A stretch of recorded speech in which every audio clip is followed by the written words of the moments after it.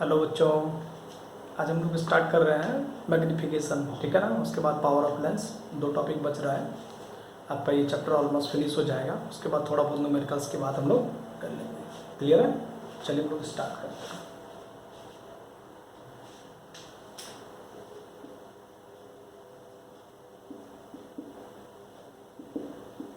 Magnification of lens, ठीक है दोस्त। बात करें हम लोग मैग्नीफिकेशन ऑफ लेंस, ठीक है। और नॉर्मली मैग्नीफिकेशन होता क्या है, अगर हम बात कर लें इसका, तो ये होता है it is the ratio of size of image to the size of object, size of image to the size of object. और अगर दूसरे लैंग्वेज में इसको कहें तो हम कह सकते हैं it is the ratio of height of image to the height of object, ठीक है। और अगर हम नेक्स्ट अगर बनाने की कोशिश करें फार्मूला, तो ये बन जाएगा it is the ratio of distance of object from the optical centre to the distance of image from the optical centre. Clear है? होता है, ठीक है। हम कह सकते हैं it is the ratio of size of image to the size of object or ratio of height of image to the height of object or ratio of distance of object from optical center to the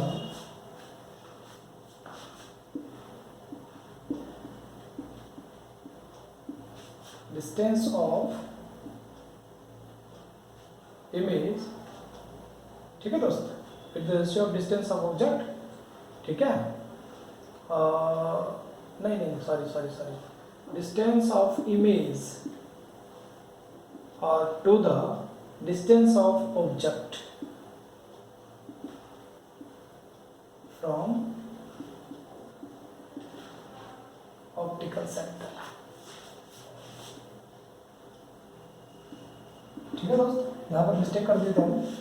तो ये तीन definition होते हैं इसके, यानी distance of image to the distance of object, गलत बोल दिए थे उसमें, ठीक है, सॉरी। चलिए अब हम लोग देखते हैं अगर मैग्नीफिकेशन को किससे डिनोट करते हैं। जो मैग्नीफिकेशन है दोस्त, इसको हम स्मॉल एम से डिनोट करते हैं। मैग्नीफिकेशन ऑफ लेंस को किससे? स्मॉल एम से डिनोट करते हैं, ठीक है। अगर आप कहते हो कि स्मॉल एम जो है ये मैग्नीफिकेशन ऑफ क्या है? लेंस है। तो देखिए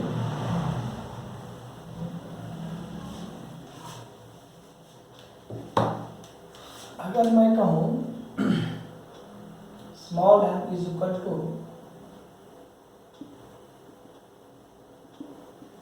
magnification of lens h i is equal to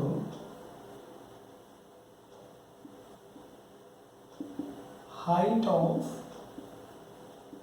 image, HO is equal to height of object, U is equal to object distance, V is equal to image distance, I is equal to size of image, O is equal to size of object, ठीक है दोस्त। देखिए simply numericals के लिए M is equal to magnification of lens, HI is equal to height of image, HO is equal to height of object, U is equal to object distance, V is equal to image distance, I is equal to size of image and O is equal to size of object। इस situation में यहाँ पर जो formula बनकर तैयार हो जाएगा then m is equal to i upon में o is equal to h i upon में एच ओ। ठीक है दोस्त, इज इक्वल टू कितना v अपॉन में u। ठीक है, ये फॉर्मूला बन जाता है आपका। देखिए तो यहाँ से आप लिखते हो m is equal to h i upon में एच ओ और m is equal to v upon में u। तो यहाँ से m की वैल्यू क्या आ जाएगी, एच आई बाई एच ओ और is equal to v upon में u। तो ये याद रखना फार्मूला, बड़ा काम का चीज़ है ये, इस फार्मूले को याद रखना है आपको। अब आपको अक्सर निकालना होता है इमेज, हाइट ऑफ इमेज। तो हाइट ऑफ इमेज को कैसे फाइंड आउट करोगे, यहाँ से फाइंड आउट कर लो। हाइट ऑफ इमेज आपको फाइंड आउट करना है दोस्त। ठीक है, तो हाइट ऑफ इमेज के लिए रिलेशन लीजिए कौन सा, एच आई अपॉन में h o is equal to b upon में ओ। ये रिलेशन को यूज़ करिए, इस रिलेशन से आपका वैल्यू फाइंड आउट हो जाएगा।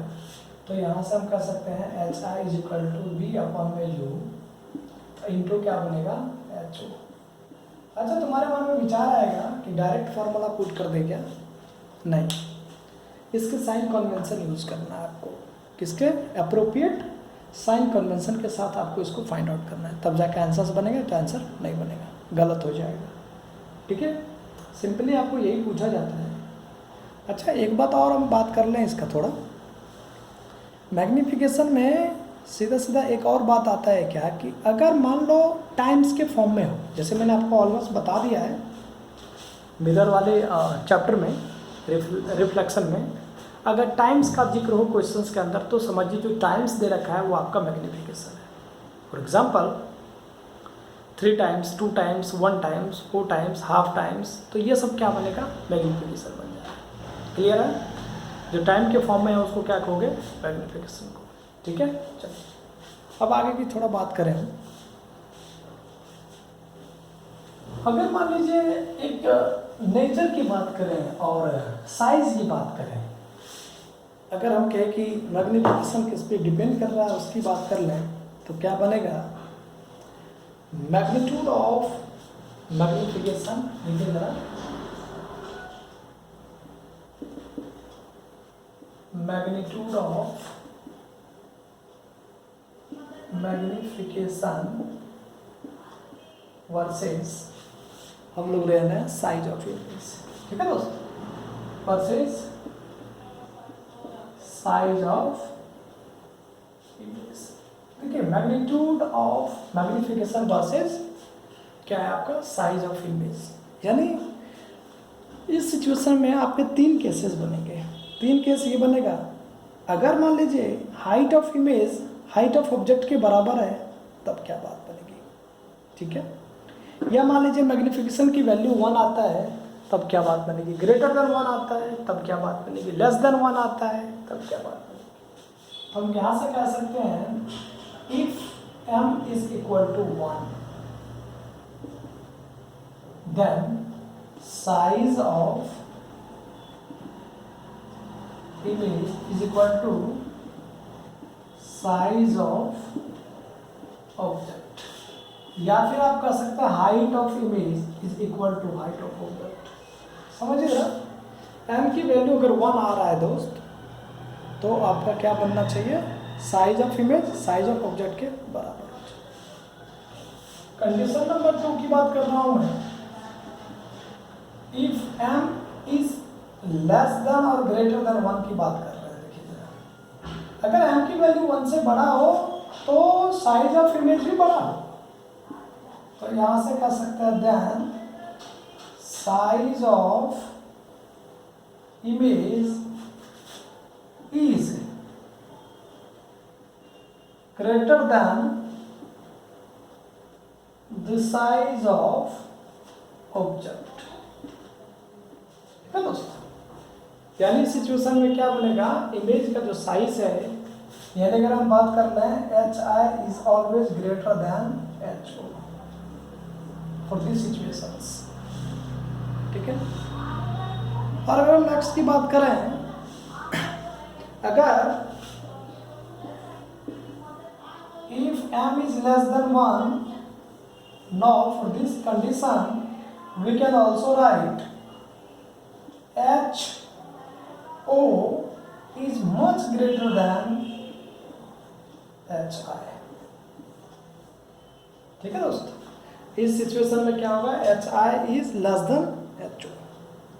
अगर इसी को आप लिखना चाहे तो लिखेंगे इसी पार्ट को, size of image is less than size of object। ठीक है दोस्त, size of image is less than size of object. Clear है? अच्छा, एक बात और आता है यहाँ पर कि यार अगर मैग्निफिकेशन की वैल्यू किस पर डिपेंड करेगा, फैक्टर ऐसा क्या है जिस पे मैग्निफिकेशन डिपेंड्स कर रहा है। तो मैंने आपको ऑलमोस्ट बताया है कि यार जब आपको फैक्टर देखना है ना तो आप साइन देखिए, और साइन के लिए आपको नेचर देखना पड़ेगा दोस्त। और नेचर दो ही तरह के पढ़ते हैं हम लोग, या तो वर्चुअल इरेक्ट वाली बात है या रियल इन्वर्टेड की बात है। क्लियर है? या तो वर्चुअल इरेक्ट की बात कर रहे हैं या रियल इन्वर्टेड की बात करते हैं, आपको बहुत बढ़िया से पता है इस चीज़ को। ठीक है, चलिए देखिए।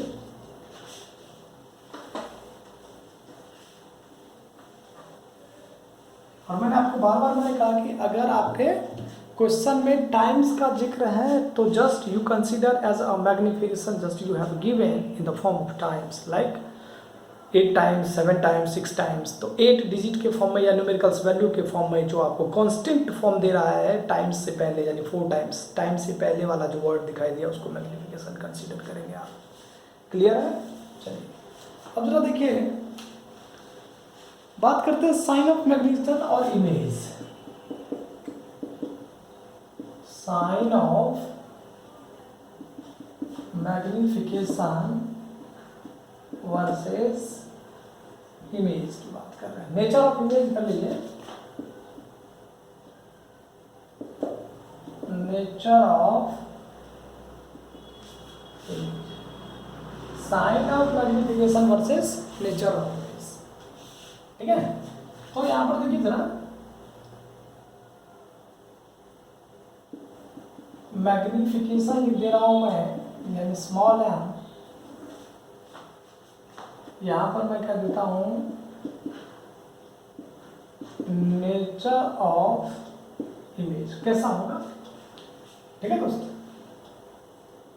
अगर मान लीजिए m की वैल्यू नेगेटिव आता है तब आप कहेंगे real and inverted. Real and inverted. m की वैल्यू अगर नेगेटिव आए तो कैसा बनेगा नेचर? Real and inverted. ठीक है, और दूसरा कंडीशन ये आता है, अगर m की वैल्यू अगर आ जाए पॉजिटिव तो यहाँ पर कहेंगे वर्चुअल एंड इरेक्ट। तब इमेज कैसा बनेगा? वर्चुअल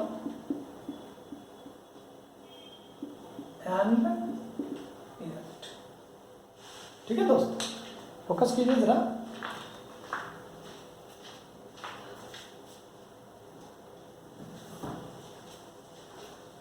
साइन पर डिपेंड कर जाता है आपका। अगर हम पूरा इसको क्लियर करें तो आपके क्वेश्चंस में दिया होगा कि जो मैग्निफिकेशन इमेज बन रहा है, मैग्नीफाइड इमेज बन रहा है, वो कैसा बन रहा है? रियल बन रहा है, इन्वर्टेड बन रहा है, या फिर रियल बन रहा है या वर्चुअल बन रहा है। अगर आपके सामने रियल दे रहा है तो m की वैल्यू जो 3 टाइम्स 2 टाइम्स है वो नेगेटिव लेंगे। अगर ये वर्चुअल बन रहा है तो आप पॉजिटिव लेंगे m की वैल्यू। क्लियर है? बहुत सारे क्वेश्चंस आपसे सॉल्व हो जाएगा अगर आप ट्राई करोगे तो। ठीक है, और बड़ा सिंपल क्वेश्चंस बनते हैं इसके, और बड़ा कंसेप्चुअल क्वेश्चन बनता है, कुछ ज़्यादा इसके अंदर है नहीं। आप थोड़ा अगर मेहनत करें तो आप बेहतरीन तरीके से इसको क्लियर कर सकते हैं। ठीक है, और हम लोग इसके बेस पर 1-2 क्वेश्चंस भी देख लेंगे जो आपका ऑलमोस्ट बन जाएगा। ठीक है, चलिए थोड़ा आगे की तरफ मूव करते हैं हम लोग।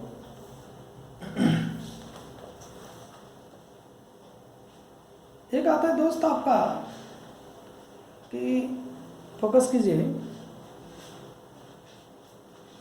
वैसे क्वेश्चंस लेके ही बनाते हैं, फिर आपको समझ में आ जाएगा कि क्या कह रहा है।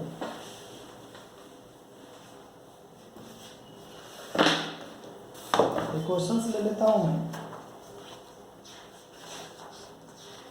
और आप भी बनाने की कोशिश कीजिएगा। चलिए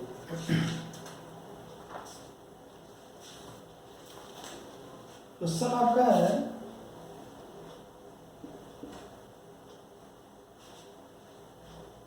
गुड। और कॉन्वेक्स लेंस, क्वेश्चन देखिए, convex lens form a real and inverted image.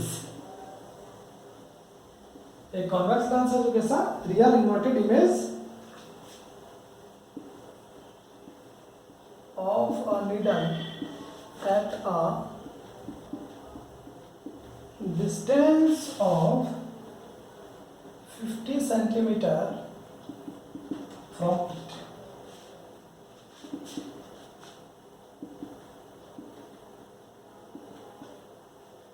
Where the needle are kept from the lens if images are equal to the size of object, size of object। इस situation में questions पढ़िए जरा क्या कह रहा है, ठीक है। A convex lens form a real and inverted image of needle at a distance of 50 centimeter from it, where the needle are kept from the lens if images are equal to the size of object। ठीक है दोस्तों, अगर मान लो equal है तो आपके मन में एक छोटा सा विचार आना चाहिए। मैं इसको रफ करता हूँ थोड़ा। आपके मन में एक विचार आएगा और विचार ये आएगा कि यार अगर इक्वल साइज है तो मैग्नीफिकेशन की वैल्यू क्या होना चाहिए। सोचो, पॉज करो और सोचो, वीडियो को पॉज करके सोचो कि अगर मैग्नीफिकेशन में ऐसा क्या क्या कंडीशंस था, क्या उसके वर्सेस निकाले थे हम लोग कि जिस कंडीशन में इक्वल साइज हाइट और वो इक्वल आ रहा था। इतना तो समझ में आ गया होगा। अगर इतना समझ में आ रहा है तो आपके पास क्या है दोस्त, U आपको गिवन है 50 सेंटीमीटर और मैंने कहा था साइन कन्वेंशन यूज करना है तो U लेंस कोई भी हो, मिरर कोई हो, कोई फर्क नहीं पड़ता, सब हो जाते हैं नेगेटिव। याद रखना इसको, सभी क्या हो जाता है नेगेटिव, ठीक है। और अच्छा कह रहा है कि कहाँ रखा जाए, सॉरी, तो ये आपका बन जाता है B। और कॉन्वेक्स लेंस है तो सिंपली रियल बन रहा है तो इस तरफ बना होगा, कहीं ना कहीं इमेज इस तरफ बना होगा, इस तरफ, तो V इक्वल टू क्या बनेगा, प्लस में 50 सेंटीमीटर। U आपको फाइंड आउट करना है और height of image is equal to height of object. ये क्या बन रहा है, इक्वल है, तभी तो 1 बनेगा, तभी 1 बनेगा ना दोस्त, तो बन नहीं सकता। नहीं समझे, ये 1 के वैल्यू तभी बनेगा अगर हम ये बराबर दें। तो यहाँ से क्या कहते हो, यहाँ पे इक्वल टू कहते हो HI/HO इज इक्वल टू 1। देखिए ये प्रूफ हो गया ना, यहाँ से हो गया। अब यहाँ से इमेज कैसा बना रहा है, रियल बना रहा है या वर्चुअल बना रहा है, रियल बना रहा है। तो रियल के लिए मैग्नीफिकेशन साइन क्या लोगे, इसलिए m इज इक्वल टू 1 बना है, तो कंफर्म है। लेकिन कैसा साइन यहाँ पर यूज करिए, साइन कैसा बनेगा, नेगेटिव। क्यों, क्योंकि रियल इमेज बना रहा है। और आप कहते हो sir m is equal to होता है v/u, तो -1 इज इक्वल टू होगा 50/u, तो u की वैल्यू कितना आ गया, -50 सेंटीमीटर। देखिए u की वैल्यू कितना आ गया, -50 सेंटीमीटर, यानी v के करीब हो गया होगा, ठीक है।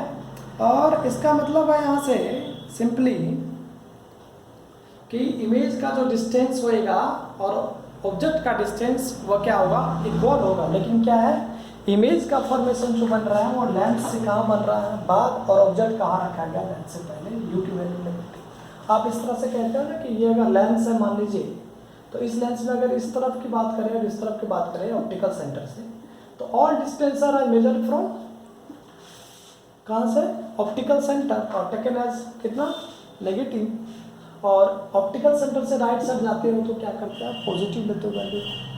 तो जरा सो फोकस करो, u की वैल्यू क्या आ गया आपको, 50 सेंटीमीटर। आसान था क्वेश्चन, कोई बड़ी बात नहीं थी इसमें। नेक्स्ट टॉपिक की अगर हम बात कर लें थोड़ा, ठीक है। अगर और भी आप देखो, चलो एक और क्वेश्चन ले लेते हैं, उसके बाद हम लोग नेक्स्ट टॉपिक की तरफ मूव कर जाएंगे, ठीक है। एक क्वेश्चन और भी है आपका, और बड़ा ही अच्छा क्वेश्चन है ऑलमोस्ट, ठीक है, tricky question. Concave lens of focal length, concave है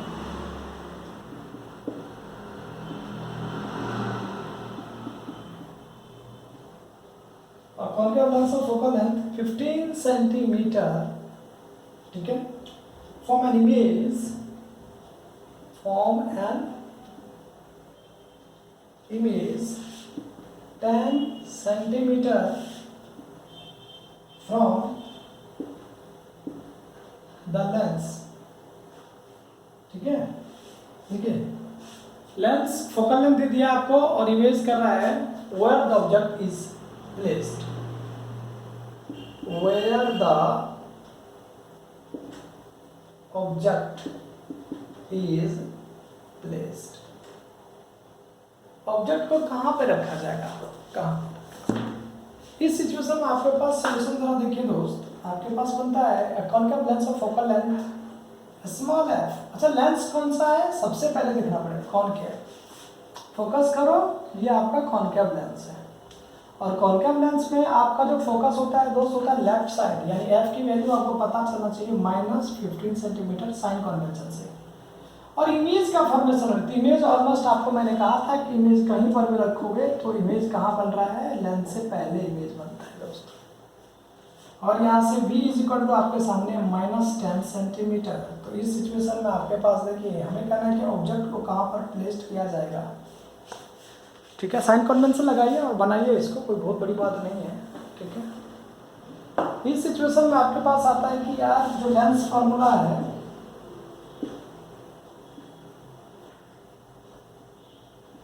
लेंस फॉर्मूला कहता है 1/v - 1/u = 1/f। तो मैंने आपको कई बार मैंने कहा है क्या कि जो अपने को चाहिए वो पहले फाइंड आउट करो। हमें u चाहिए तो u पहले निकालो इसमें से, फॉर्मूला में से। आप डायरेक्ट पुट करोगे तो फंसने के चांसेस ज़्यादा होता है। तो आप इसमें से क्या करिए, 1/v - 1/f = 1/u। 1/v की वैल्यू हो गया -10 - 1/f हो गया -15 = 1/u। तो -1/10 + 1/15 = 1/u। अब एलसीएम ले लीजिए, 10 और 15 का एलसीएम मेरे ख्याल से 30 हो जाएगा। -3 + 2 = 1/u। अब इसको थोड़ा सा -1/30 = 1/u। तो यहाँ से अब आप फाइंड आउट करते हो अगर, तो ये वैल्यू बन जाएगा u = -3 सेंटीमीटर, यानी कहाँ होगा, लेंस से 30 सेंटीमीटर के डिस्टेंस पर, कहाँ, लेफ्ट साइड। याद रखिए कहाँ बन रहा है, -30 सेंटीमीटर आ रहा है। That means object is just situated at 30 centimetre from the lens. कौन सा साइड, जिधर से रे आ रही है उसके तरफ। यहाँ पे लिख दिया मैंने 30 सेंटीमीटर के डिस्टेंस पर लेफ्ट साइड, ठीक है दोस्तों।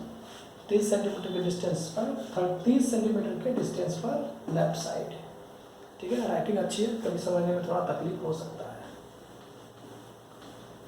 तो ये तो 3 नंबर की बात है। अब यहाँ पर आता है दोस्तों छोटा सा टॉपिक है, वो है पावर ऑफ लेंस। समझिए जरा, पावर ऑफ लेंस की बात कर रहे हैं, सुनिए। पावर ऑफ लेंस, अच्छा पावर ऑफ लेंस को P बोलते हैं। क्या बोलते हैं, P। पावर ऑफ लेंस को बोलते हैं P, ठीक है दोस्तों। ये होता है रेसिप्रोकल, होता है किसका, फोकल लेंथ का। हम कह सकते हैं यहाँ से it is reciprocal of focal length, ठीक है दोस्तों। तो यहाँ से कह सकते हैं power of lens is equal to 1/फोकल लेंथ। किसमें दोस्त, मीटर में चाहिए। P = बनेगा 1/f, किसमें चाहिए, मीटर में। अगर ये सेंटीमीटर में बनेगा दोस्त तो 100/f होना चाहिए, किसमें, सेंटीमीटर। ये फार्मूला बनने तैयार आपको। फिर से सुनो, पावर ऑफ लेंस अगर आपसे पूछता है ऑलमोस्ट, तो आप कहेंगे किसके करीब बनता है ये, 1/f फोकल लेंथ किस में बनता है? ये मीटर में। क्लियर है? ये मीटर में का फोकल लेंथ, यहाँ पर भी आप कर सकते हो मीटर में। ठीक है दोस्त। और एक फार्मूला आ गया कि P = 1/f मीटर में। अगर ये मीटर को सेंटीमीटर बनाओगे तो 1/100, 100 ऊपर चला जाएगा तो 100/f सेंटीमीटर। ठीक है, यूनिट्स की बात करते हैं। ठीक है, देखिए unit of power lens, unit of power of lens is dioptre. Dioptre को किससे डिनोट करते हो? डी से। डायोप्टर को किससे डिनोट करते हो? डी से। अब एक्चुअली आपके पास नहीं लगना है कि यार अगर हम 1D लिखेगी तो कैसे लिखें। 1D लिखो तो ये देखो तो क्या बन रहा है? पर मीटर में बन रहा है। और इसी को आप ऐसे नहीं कह सकते हो पर मीटर को? देखो तो कह सकते कि नहीं कह सकते? यानी 1 डायोप्टर का क्या मतलब होता है? 1 dioptre is a power of lens whose focal length is 1 metre. ठीक है, तो अगर हम 1 डायोप्टर की बात कर रहे हैं तो 1 डायोप्टर को हम लोग क्या लिख सकते हैं? लिख सकते हैं कि पावर ऑफ लेंस इस तरह से देखिए, power of lens whose focal length is 1 metre. 1 dioptre आपसे पूछेगा तो आप कह सकते हैं power of lens whose focal length, क्या दोस्त? फोकल लेंथ कितना होना चाहिए? 1 मीटर। उसको हम लोग कहते हैं पावर ऑफ लेंस। अच्छा, कभी कभी तुम्हारे मन में दिक्कत आएगी, यार अभी मैं जैसे स्पेक्स लगाया हूँ, अरे सर ये माइनस है कि प्लस है, उस पर डिपेंड कर जाता है। तो कैसे समझोगे कि ये माइनस है या प्लस है? तो परेशानी होएगी दोस्त। उस सिचुएशन में ज़रा देखिए क्या बात बनेगी।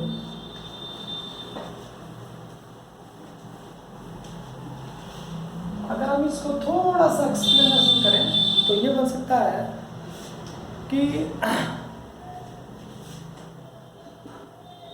Sign used for power of lens, power of lens कि साइन या पावर ऑफ लेंस के लिए जो साइन बात करते हैं, पॉजिटिव है नेगेटिव है, तो कौन सा लेंस होगा? अगर आप कहते हो नेगेटिव है, पावर कितना है नेगेटिव में, तो आपके पास ये पता चलता है कि यार कौन सा लेंसेज लगा होगा आपके आँख में, या फिर आप स्पेक्स लगाए हैं तो क्या लगाया है। ठीक है दोस्त, तो देखिए अगर हम बात करें पॉजिटिव के लिए कौन इस्तेमाल होता है? ये होता है power of convex lens, power of convex lens. और अगर हम बात करें नेगेटिव के लिए कौन इस्तेमाल होता है, तब आपका जस्ट इसका क्या होगा? अलग फॉर्म होगा। समझते हो आप? पॉजिटिव के लिए अगर यूज करें तो यानी कॉन्वेक्स लेंस के लिए क्या लोगे? सीधी सीधी बात है, आप उसको थोड़ा पलट दो ना। कॉन्वेक्स लेंस के लिए क्या लोगे? पॉजिटिव। और कॉन्केव के लिए क्या लोगे? नेगेटिव। याद रखना, ठीक है। कॉन्वेक्स के लिए कौन सा? पॉजिटिव। और कॉन्केव के लिए पावर क्या लेंगे? ठीक है। अगर आपको समझ में नहीं आया ऐसे लिख लीजिए, इफ डी इज पॉजिटिव। इस तरह से थोड़ा हट के बता रहा हूँ। If d is positive then lens is कौन सा? इस सिचुएशन में जो आपके लेंस बनेंगे वो क्या बनेगा? Lens is convex. ठीक है दोस्त। और दूसरा बनता है इफ डी इज नेगेटिव। तो इस सिचुएशन में डी इज नेगेटिव, पॉजिटिव का मतलब क्या? Plus D. और इसके लिए क्या बन रहा है? ये बन रहा है माइनस डी। ठीक है। तो यहां पर बनेगा देन लेंस इज कौन सा बनेगा? कॉन्केव। यानी अगर आपको ऐसे दिखाई दे P is equal two plus 2D, तो समझ आना ये कौन सा लेंस के लिए होगा? कॉन्वेक्स के लिए। और P, और ये अगर P is equal to minus 2D दिखाई दे तो ये किसके लिए होगा? कॉन्केव के लिए। याद रखना इस बात को। ठीक है दोस्त। अच्छा देखो, पावर क्या डिपेंड करता है? फोकल लेंथ पे डिपेंड करता है। पावर जो है वो किस पे डिपेंड करता है? फोकल लेंथ या फिर थिकनेस पर। तो मैं इसको भी लिख देता हूँ यहाँ पर, छोटा सा टॉपिक बन जाएगा आपका, ठीक है, और ज़्यादा हेल्प होगा। देखो जितना पढ़ा दिए हैं ऑलमोस्ट क्वेश्चन बन जाएगा। सिंगल क्वेश्चन है जो नहीं छूटेगा आपसे, सिंगल की बात कर रहा हूँ मैं, अगर आप ढंग से वीडियो देखे होंगे, क्योंकि मैंने छोटे छोटे क्लिप में वीडियो बनाने की कोशिश करा है और बहुत बेहतरीन तरीके से एक्सप्लेनेशन देने की कोशिश करा है उसको, ठीक है। और ज़िंदगी मज़े में काट रहे होंगे, वीडियो देख रहे हैं पबजी की तरह, तो देखिए भैया फिर वही बात बनेगी, पेपर तो दिए हो, रिजल्ट क्या, उसका बेटा भी नहीं पास किया, इसका बेटा, हम का 30 मार्क का थोड़ी है, होता नहीं है। एग्जाम्पल है, पूछा, पापा ने पूछा उनसे रिजल्ट क्या रहा तुम्हारा, तो कहता प्रधान का बेटा पास नहीं हुआ। तुम्हारा रिजल्ट क्या रहा, तो कहता MLA का बेटा पास नहीं हुआ। कहता तुम्हारा रिजल्ट क्या हुआ, तो कहता विधायक का बेटा पास नहीं हुआ। कहता अबे तुमसे पूछ रहा हूँ निकम्मे, तो कह रहा है कि इतने बड़े बड़े लोग का बेटा पास नहीं हुआ, तो हम का कौन से। तो वही ये बात मत करना, तो फंस जाओगे, ठीक है। तो दूसरे विधायक और MLA से तुम्हें कोई लेना देना नहीं आया, MP से, संसद से, ठीक है। खुद से मेहनत करो, खुद से रिजल्ट लो। तो हम यहाँ से कह सकते हैं power of lens depends on focal length और थिकनेस ऑफ लेंस। याद रखना इसको, या तो थिकनेस पे या फोकल लेंथ पे डिपेंड करता है। अगर हम बात कर लें पावर क्या बनेगा, फोकल लेंथ, या पावर क्या हो सकता है आपका, ये हो सकता है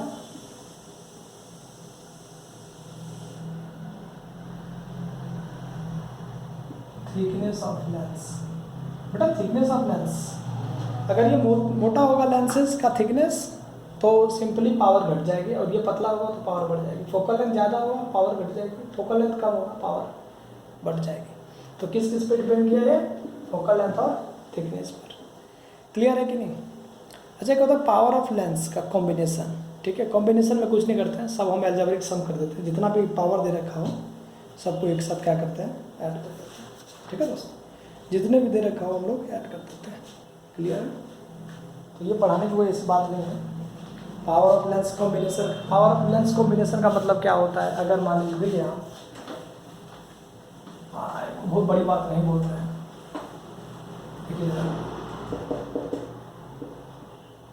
पावर ऑफ लेंस और किसका, कॉम्बिनेशन का।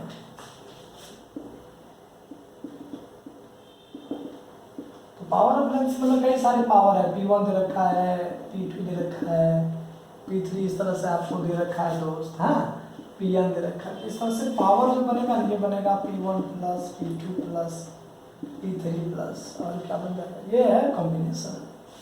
अगर आप पावर को करते हो 1/f, किसमें, मीटर में, is equal to 1/f1 plus 1/f2 plus 1/f3, ये सब किसमें होगा, मीटर में होगा। याद रखना, मैं यहाँ पर लिख दिया हूँ। और 1/f अगर सेंटीमीटर में दोगे तो ये बनेगा 100 बाय क्या, मीटर बाहर कर लिए फोकल लेंथ, और यहाँ से बनेगा 1/f1 प्लस प्लस प्लस, किसमें होना चाहिए, मीटर में होना चाहिए दोस्त, ठीक है। ये सेंटीमीटर में होना चाहिए। तो ये हम बात कर रहे हैं किसमें, सेंटीमीटर। ये मीटर में है, सेंटीमीटर क्या करोगे, ऊपर मल्टीप्लाई करना पड़ेगा, इसमें 100 100 100 तो 100 बाहर कर लोगे, बात बन जाएगा, हैं, समझ रहे कि नहीं। तो पावर दो तरह का बन गया आपको, क्लियर है कि नहीं। और आपको एफ चाहिए, इसका आप करिए, क्या करेंगे, LCM SCF, जो आपको मन करे, इच्छा अनुसार है, इच्छा से बढ़ के थोड़ा ना कुछ है, इच्छा करिए निकालिए इससे, है कि नहीं। क्लियर है कि नहीं, समझ गए। अच्छा एक छोटा सा टॉपिक आगे थोड़ा पढ़ा देता हूँ चल के, क्या पता तुम्हें पूछ दे। मान लो आप बोल सकता है कि सिंपली आपके सामने क्वेश्चंस दे देता हूँ मैं,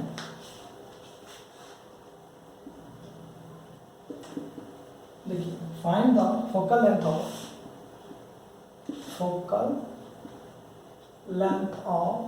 लेंस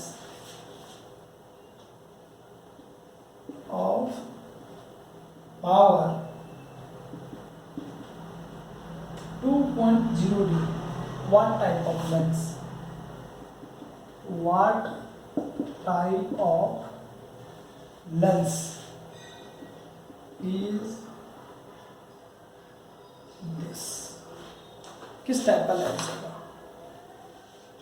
तो फोकल लेंथ आप कहते हो, पावर दिया है आपको, तो सॉल्यूशन में सीधा सीधा कह दिए पावर इज इक्वल टू आपका है -2.0 डी। ठीक है दोस्तों, अरे 2.0 को हटा दो यार, इतना क्या गोली मार उसको, ठीक है 2। और आपको कहते हैं एफ इज इक्वल टू आपको फाइंड आउट करना है, तो ई बराबर क्या होता है दोस्तों 1/f, किसमें, मीटर में, और ये डायोप्टर है तो स्वाभाविक बात है ये मीटर ही होगा। तो यहाँ पर हमें एफ अगर चाहिए किसमें, मीटर में, तो ये बन जाएगा कितना 1/p। तो एफ जो बनेगा ये मीटर में, तो ये बनेगा 1/2 इज इक्वल टू 0.5। समझ रहे हो कि नहीं, किसमें, मीटर में। तो फोकल लेंथ कितना बन गया 0.5 माइनस में पावर। अब देखो क्या है कि पावर ऊपर चला जाएगा तो क्या बनेगा, पर डायोप्टर। ये पावर है ना दोस्त, तो ये पावर अगर ऊपर जाएगा तो पर डायोप्टर बनेगा ना, ठीक है। और अगर हम यहाँ पर डायोप्टर की बात कर लिए तो आपके सामने एक छोटा सा बात भी बन सकता है कि भैया फोकल लेंथ बनेगा क्या यार, ठीक है। तो यहाँ पर बनेगा, इसीलिए आप लिख सकते हो, आपके ऑप्शंस में कुछ भी हो सकता है। Focal length is equal to आप कर सकते हैं 0.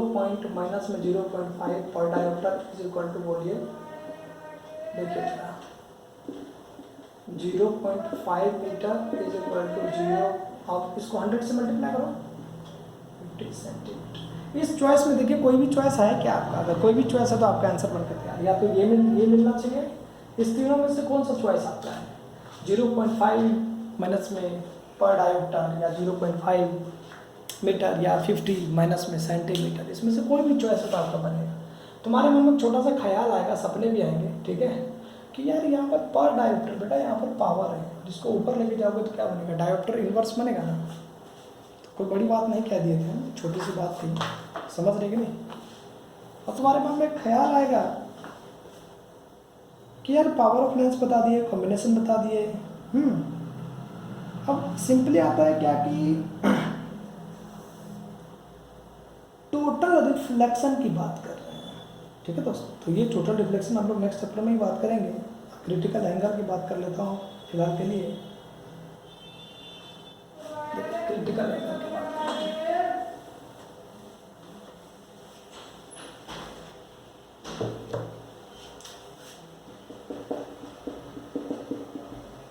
क्रिटिकल एंगल, और क्रिटिकल एंगल की अगर बात करें तो क्रिटिकल एंगल को हम सीधा सीधा बोल सकते हैं थीटा सी। क्या बोल सकते हैं दोस्त, थीटा सी क्रिटिकल एंगल। ये क्रिटिकल एंगल होता क्या है, आपके मन में कभी ख्याल आया है। एंगल ऑफ इंसिडेंस ऐसे कर सकते हैं, it is the angle of, देखिए जरा, it is the angle of incidence in medium, ठीक है दोस्त, for which angle of refraction is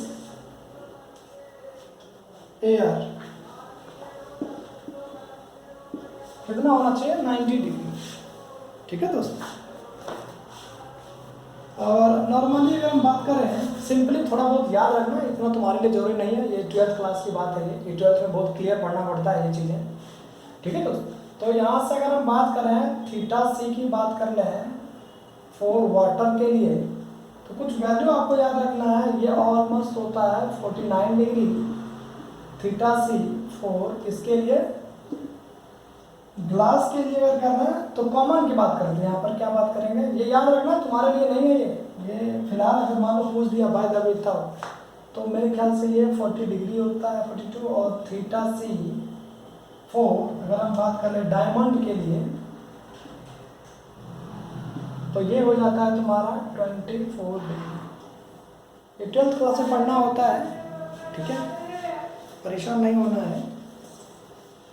और एक फार्मूला जो आता है किसी मीडियम में, इन एनी मीडियम, यहाँ पर जो रिफ्रैक्टिव इंडेक्स बनेगा म्यू मीडियम में, ये आपका बनता है 1/√m²। साइन थीटा सी। ये फार्मूला याद रखना है, ये ड्राइव करने की तुम्हें ज़रूरत नहीं है क्योंकि मैंने पहले ही कहा कई टाइम्स में, ये 12th क्लास की बात है। अगर बाय द वे आपके उसका दिमाग थोड़ा बहुत घूम जाता है तो आपसे सिर्फ पूछेगा ये कि यार वाटर के लिए क्रिटिकल एंगल क्या बनेगा, या फार्मूला मिलेगा कि यार ये क्रिटिकल एंगल क्या होगा, नॉर्मल फार्मूला। तो होता क्या है कि एक ऐसे इंसिडेंस एंगल जो एयर में जा करके रिफ्लेक्ट होने के बाद फिर से एयर में जाता, आपको पता है इमर्जेंट वाले पार्ट्स के लिए। तो उस सिचुएशन में क्या होता है आपका कि जो एयर में जा रहा है रिफ्लेक्शन वाला एंगल जो है वो कितना होना चाहिए, 90 होना चाहिए। देखिए ना, एंगल ऑफ रिफ्लेक्शन कितना होना चाहिए, 90 होना चाहिए। किस में जा करके, एयर में होना चाहिए। ठीक है, तो उसी को कहते हैं हम लोग क्या, क्रिटिकल एंगल की बात कर रहे हैं। ठीक है, तो इस बात को याद रखना, तभी जाके बात बनेगी। ठीक है, तो ऑलमोस्ट ये चैप्टर आपका फिनिश हो गया है और नेक्स्ट क्लास में हम लोग नेक्स्ट चैप्टर स्टार्ट करेंगे। ठीक है, और तब तक के लिए आप मज़े करिए और इसको पढ़ते रहिए, वीडियो लेक्चर देखते रहिए और बार बार रिवाइज करिए दोस्त। आपका टाइम बड़ा वैल्यूबल है, खास करके जो बच्चे CET का प्रिपरेशन कर रहे हैं उसके लिए। ठीक है, तो मेहनत करो, लगे रहो, और अगर मेहनत कर लोगे ढंग से तो रिजल्ट भी अच्छा आएगा और कॉलेज में जाओगे तो मज़ा भी अच्छा आएगा। नहीं, देखो फील आनी चाहिए, और फील ऐसे नहीं आएगा। फील आने के लिए आपको थोड़ा मेहनत करना पड़ेगा। जब तक इंटरनल फीलिंग नहीं किएगा ना कि हाँ यार मेहनत किए हैं, तो मज़ा नहीं आएगा। अगर अंदर से कहता है हाँ नहीं मेहनत करके पहुँचे हैं, बड़ा मज़ा आएगा। ठीक है दोस्त, तो चलिए आप पढ़ते रहिए, इस तरह से देखते रहिए। बाकी मिलते हैं हम लोग नेक्स्ट चैप्टर के बाद। ठीक है, मतलब नेक्स्ट चैप्टर मिलते हैं इस चैप्टर के बाद। ये चैप्टर मैंने बहुत बढ़िया से कंप्लीट कर दिया। आप इसके वीडियो लेक्चर देखिए। आपको जो भी इस चैप्टर के अंदर डाउट बनते हैं तो आप बेझिझक से भी मंत्रा पे आप मुझे जीमेल कर सकते हैं, या फिर नीचे कमेंट में आप मुझसे क्वेश्चन पूछ सकते हैं। मैं ट्राई करूँगा कि आपके लिए टाइम निकालूँ। ठीक है दोस्तों, तो फिर मिलते हैं नेक्स्ट चैप्टर में।